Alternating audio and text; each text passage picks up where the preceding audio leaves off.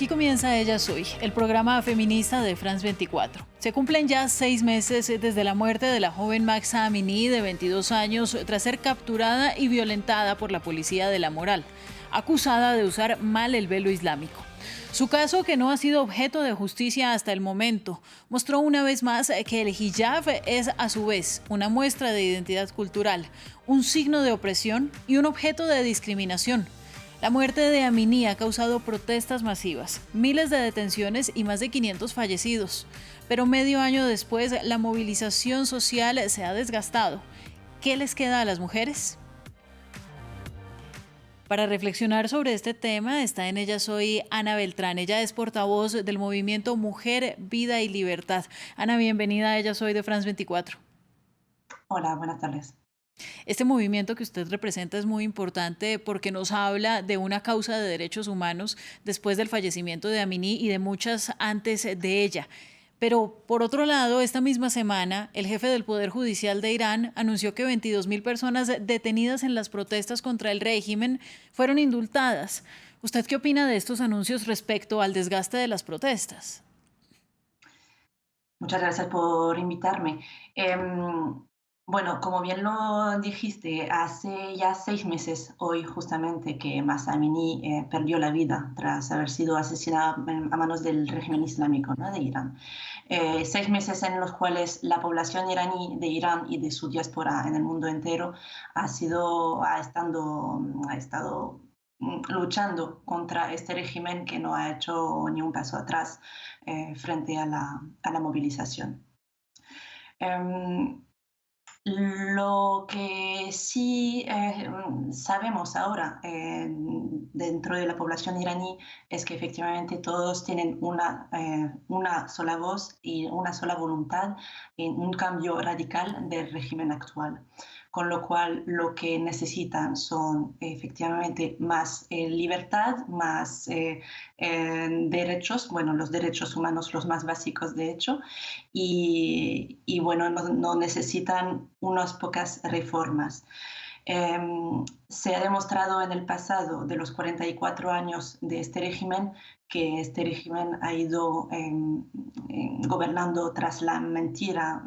Entonces estamos ahora esperando este cambio de régimen radical y no poniendo nuestras esperanzas en anuncios así. Sin embargo, no se ve que haya un cambio en el panorama, al menos próximamente. Entonces, por un lado, pues el gobierno iraní no admite su responsabilidad en este crimen de Mahsa Amini, que aún no ha sido aclarado de manera oficial. Lo que sabemos es apenas la línea de tiempo de lo que sucedió con ella.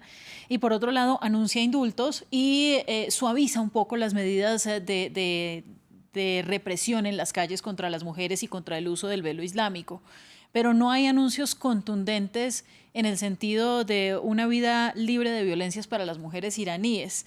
¿En qué se ha transformado entonces la protesta en estos 6 meses y para dónde va el movimiento?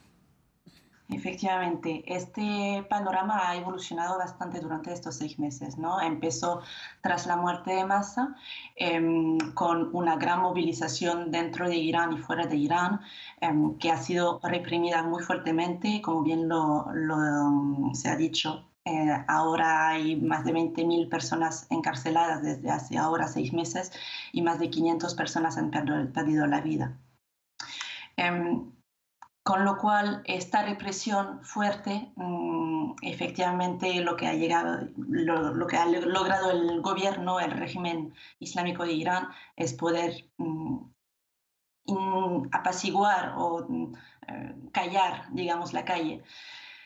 Sin embargo, estamos ahora en una situación de calma tensa, donde no se ha terminado la crisis y que todavía hay y continuarán habiendo un rechazo del régimen.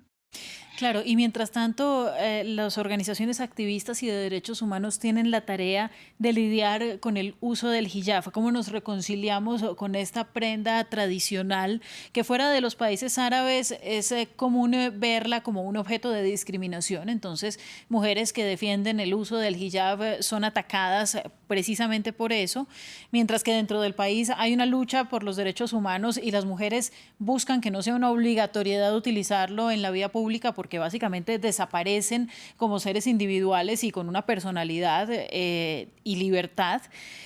Pero por otro lado, pues también está este factor cultural, ¿no? Al final, la discusión en torno al hijab, ¿en qué va a quedar?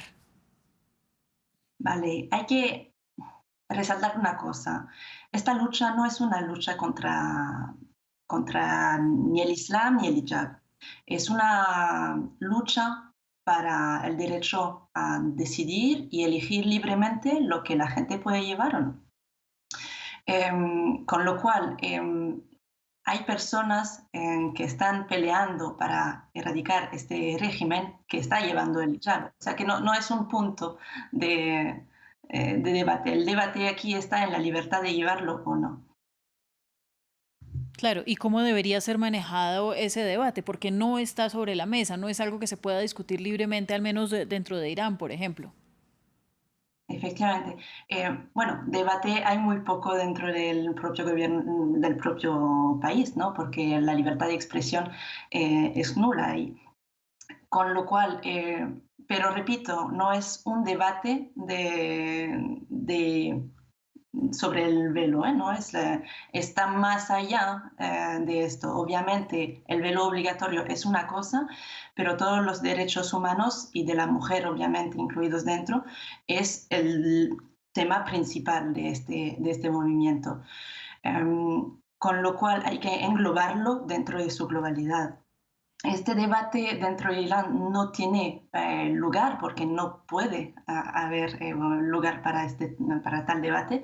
Está la sociedad civil movilizada fuera de las fronteras de Irán, dentro de las grandes diásporas del mundo, eh, contando con personalidades como actores, como deportistas, como artistas, movilizados para hacer cambiar la causa para Bueno, el... a este crimen de Max Amini se suma ahora la gran crisis por los envenenamientos masivos de niñas en instituciones educativas de Irán. Entonces lo que vemos es un ataque casi que sistemático contra los derechos de la mujer. Por eso quiero preguntarle cuál es la expectativa que tienen hoy las niñas y las mujeres en Irán de una vida libre de violencias. ¿Qué tanto más se pueden ver o ejemplos de sus derechos coartados bajo la influencia del actual régimen en la República Islámica? Vale, efectivamente, este tema de los envenenamientos tiene lugar desde noviembre del año pasado. Y casualmente o no, están teniendo lugar en la mayoría en escuelas de niñas, no de niños, sino de niñas, ¿vale?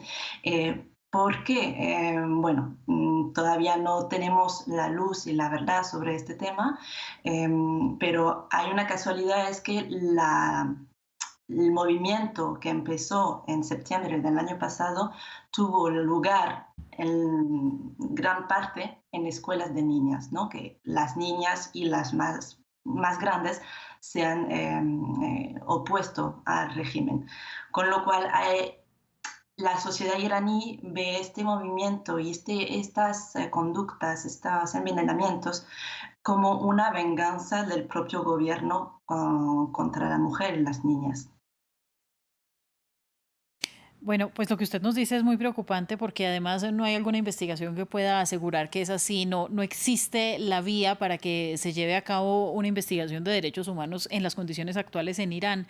Y sobre ese tema también le quería preguntar por el abogado que representa los derechos humanos de Mahsa Amini y de su familia, porque fue también en los últimos días acusado por el régimen de hacer propaganda contra el gobierno. Entonces, pues bajo esas condiciones, ¿qué podemos esperar de esta investigación o de esta defensa de Max Amini y de todos los casos que hay detrás?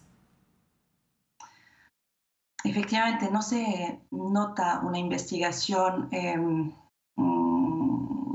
con resultados, digamos, dentro del propio país de Irán.